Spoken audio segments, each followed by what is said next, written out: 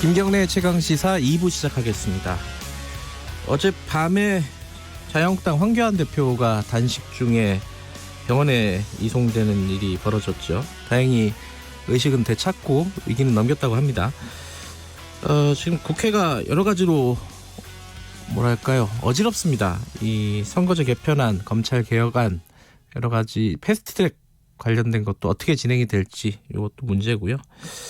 지금 정치권에는 뭐 유재수, 김기현 등의 사건도 되게 중요한 의제로 지금 올라와 있죠. 오늘은 이 전국 현안들을 자유한국당 입장 좀 들어보는 시간 가져보겠습니다. 정미경 최고위원 연결돼 있습니다. 안녕하세요. 네, 안녕하세요. 네, 황교안 대표는 뭐 그래 괜찮다라는 기사는 봤는데 어떻게 직접 좀 확인해 보셨나요? 저는 박맹우 사무총장님한테 확인을 했는데요. 뭐라고 하시던가요? 네. 의식은 돌아오셨고요. 네. 일단 장기 검사를 해봐야 된다고 해요. 네, 지금 장기 상태가 좀 어떤지. 예, 뭐 신장이 좀 안 좋다 뭐 이런 얘기도 있더라고요. 예. 그래서 전체적으로 검사가 지금 들어가는 걸로 알고 있습니다. 이 단식 이렇게 계속 하는 게 좀 무리 아닙니까 지금? 어떻게 보세요? 그거는 일단 이제 병원에서 어떤 판단을 내릴 거고요. 사실은 네. 지금 처음 말씀드리는 건데, 네. 그 어제 새벽에 대표님 병원에 실려가시고 나서, 네. 저와 그 신보라 최고위원이 네. 지금 단식을 시작했습니다. 아, 그래요? 그러니까 네네. 일종의 동조 단식 같은 거네요. 아니 이제 뭐 그 단어는 동조 단식 이런 건 잘 모르겠고요. 네. 일단 우리 황교안 대표님. 네. 이 어떤 뜻으로 이걸 하셨는지는 다 아시잖아요. 네. 이 선거제하고 이 공수처 절대 안 되는 그런 네. 이유도 많이 말씀하셨고요. 네. 그래서 이제 대표님 뜻을 우리가 받아서 지도부가 해야 되겠다 예. 생각을 해서 지금 그걸 이어서 우리가 알겠습니다. 황교안입니다. 이런 예. 취지로 지금 시작했습니다. 그러니까 정미경 최고위원 그리고 신보라 최고위원이 단식을 지금 시작을 하신 거고 예. 다른 의원들도 그럼 동참을 하시나요? 어떻게 되나요? 이거는 뭐 의논해서 한 거는 아니고요. 아, 그래요? 예, 지난번에 이제 우리 최고위원들이 네. 그 대표님께 와서 병원에 가자고 네. 건의드렸을 때 네. 그때 대표님 상황을 보고 이제 결심을 굳히게 된 건데요. 마침 네. 우리 그 신보라 최고위원도 같은 뜻이어가지고 예. 그럼 우리 둘이서 같이 하자. 지도부의 한 사람으로 우리도 이 뜻을 이어가자. 그래서 지금 시작한 네. 겁니다. 그러면 그 황교안 대표가 있었던 천막에 이제 계속 계시는 건가요? 두 분은? 예, 그렇습니다. 아하, 그렇군요.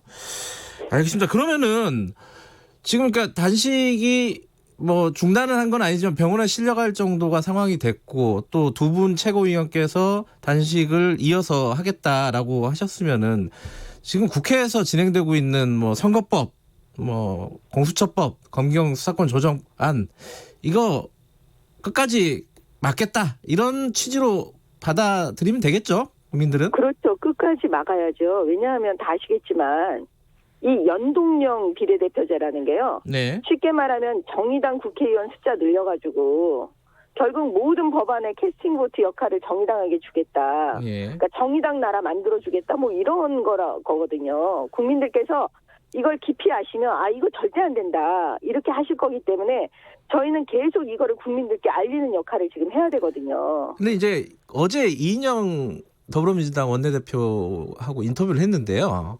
네. 그렇게 얘기를 했어요. 그 연동형 비례대표제 요거만 한국당이 협상을 해주면은 합의를 해주면은 나머지 의원수 그러니까 비례대표 의원수라든가 아니면은 뭐 지역구 의원수 이런 것들은 굉장히 유연하게 협상할 자세를 갖고 있다.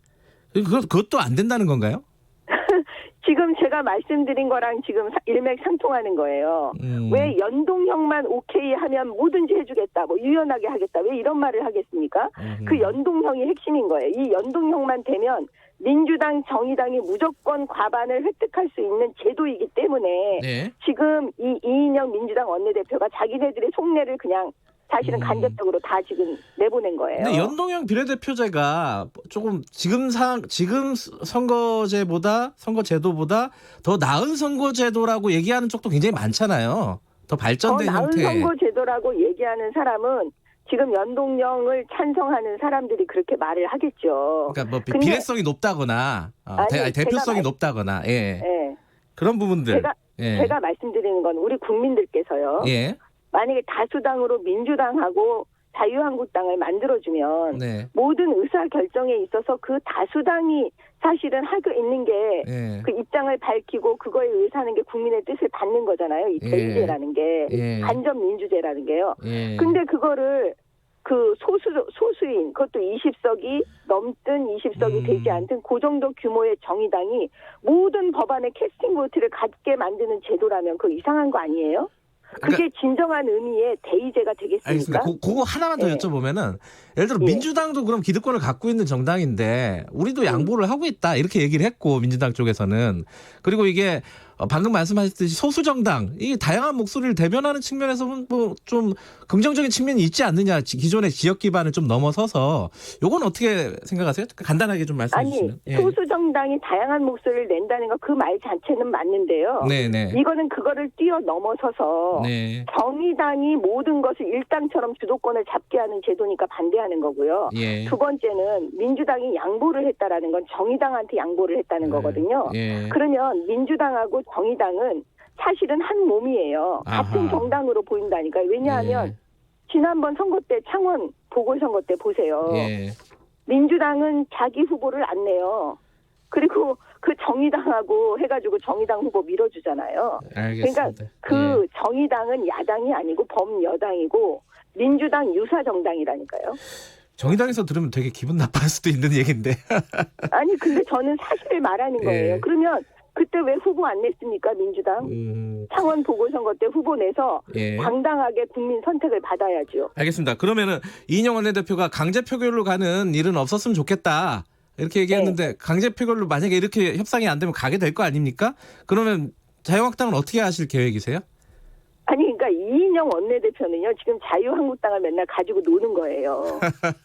이 예. 패스트트랙에 올렸다는 거는 네. 그냥 시간이 지나면 본회의장으로 들어가고 시간이 지나가면 표결이 되는 거예요. 예. 어쩔 표결하는데 지금 표결해봤자 자유한국당이 숫자적으로 그걸 막을 수가 없는 거예요. 네. 그러니까 지금 여의도 바닥에는 이미 민주당하고 정의당 다 표 계산 다 끝났다. 네.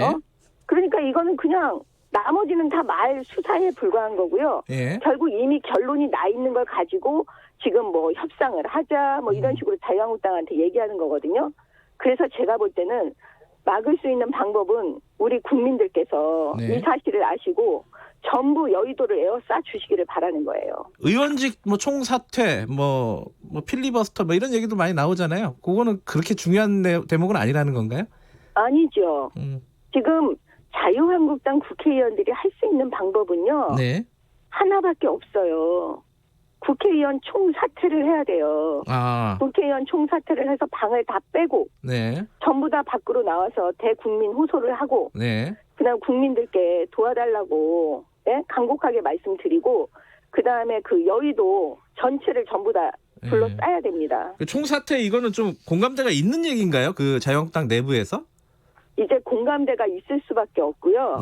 공감대 이제 많이 있는 걸로 제가 알고 있어요. 알겠습니다. 그리고 예. 필리버스터 같은 거는 네. 사실은 해도 이걸 막을 수는 없습니다. 네. 그 검찰개혁법안 뭐 공수처나 이런 네. 것부터 먼저 좀 처리하고 선거법은 협상을 좀 하는 게 어떠냐. 이게 이제 홍준표 전 대표 얘기잖아요. 요런 안은 어떻게 보세요? 근데 그거는 지금 현재로서는 할 수가 없는데요. 네. 검찰개혁하고 선거제가 지금 같이 붙어 있어요. 예. 그 정의당은 지금 여기 선거제에 목숨 걸었잖아요. 네. 그리고 공수처는 민주당이 목숨을 걸고. 네. 그러니까 이 두 가지를 같이 처리하겠다. 그래서 같이 공조하겠다고 서로 한 거기 때문에 제가 볼 때는 이거는 그 민주당하고 정의당이 스스로 나서서 하지 않는 한 이건 불가능한 얘기죠. 그 다른 얘기 좀 해볼게요. 나경원 원내대표가요. 북미 정상회담을 총선 전에 안 했으면 좋겠다. 자제해달라 이런 취지의 요청을 미국 측에 했다.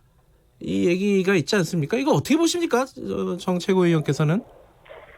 저 사실 그거를 지금 나경원 원내대표한테 제가 직접 들은 게 아니기 때문에 네. 그 내용이 뭔지는 잘 모르겠지만 언론 보도에 나온 걸 보면 이게 지금 무슨 내용인가 저도 좀 의아하긴 합니다.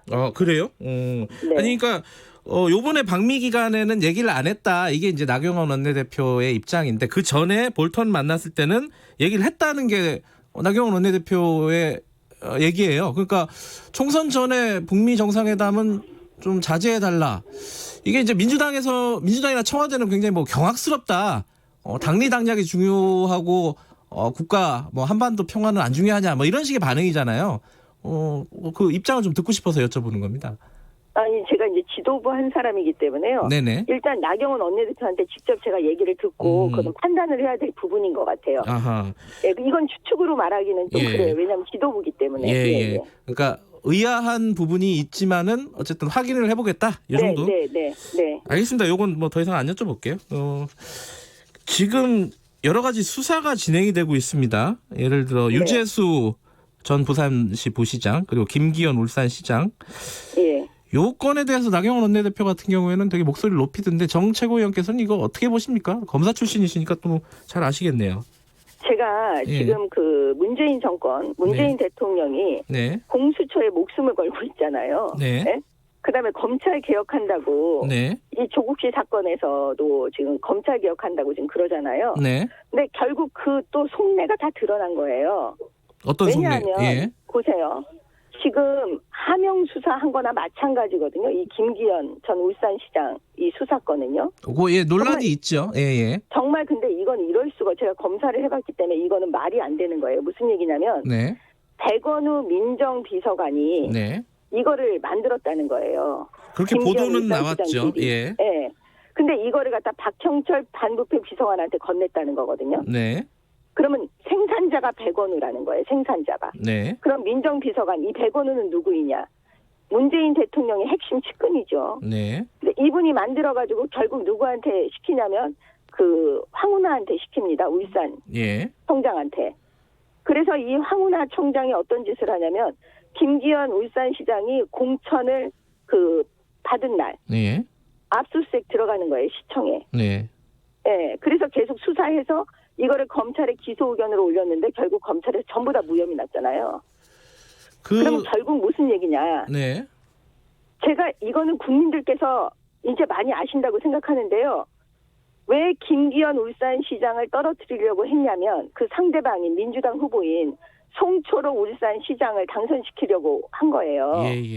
근데 그 송초로 씨는 누구냐 하면 다 아시겠지만 문재인 대통령 이 친구라고 말하는 복시민 그런 분이잖아요. 그리고 사적으로 문재인 대통령이 송초로 당선시키는 게 지금 현재 내 소원이다. 뭐 이렇게 비슷하게 말씀하셨고요. 알겠습니다. 지금 저희들이 그 김기현 전 시장을 3부에서 연결할 거예요. 그때 관련된 얘기는 좀 정확하게 좀 여쭤보도록 하고요. 청와대 입장은 조금 다르죠. 뭐 적법한 절차에 따라서 이첩을 한 거다라고 했는데 그 부분도 이제 김기현 시장하고 좀 얘기를 해볼 거고요. 유재수 전 부시장, 요 부분은 지금 핵심이 뭐라고 보십니까? 유재수 전 부시장은요. 김태우 전 수사관이 얘기를 했잖아요. 이거 조국 민정수석이 이거 덮으라고 했다. 감찰하지 말라고 했다고 하고 덮은 사건이었어요. 그 당시에. 근데 이거를 청와대가 스스로 감찰한다고 하면서 뭐라고 얘기를 했냐면 비리가 가벼워서 그냥 감찰을 중단했다. 이런 식으로 그냥 어영부영 넘어갔던 사건이었습니다. 근데 지금 보니까 어떤 일이 벌어졌냐면 유재수 씨가 금융위원회에 있을 때 골프채를 선물 받고 오피스텔 사용하도록 받고 그다음에 무슨 항공권을 받고 뭐 애 유학 비용을 받고 무슨 동생은 취직을 시키고 뭐 별의별 지금 그 뇌물 사건이 터져갖고 구속이 됐잖아요. 근데 이게 가벼워요? 이거를 감찰한 거를 감찰하지 못하도록 했다는 거예요.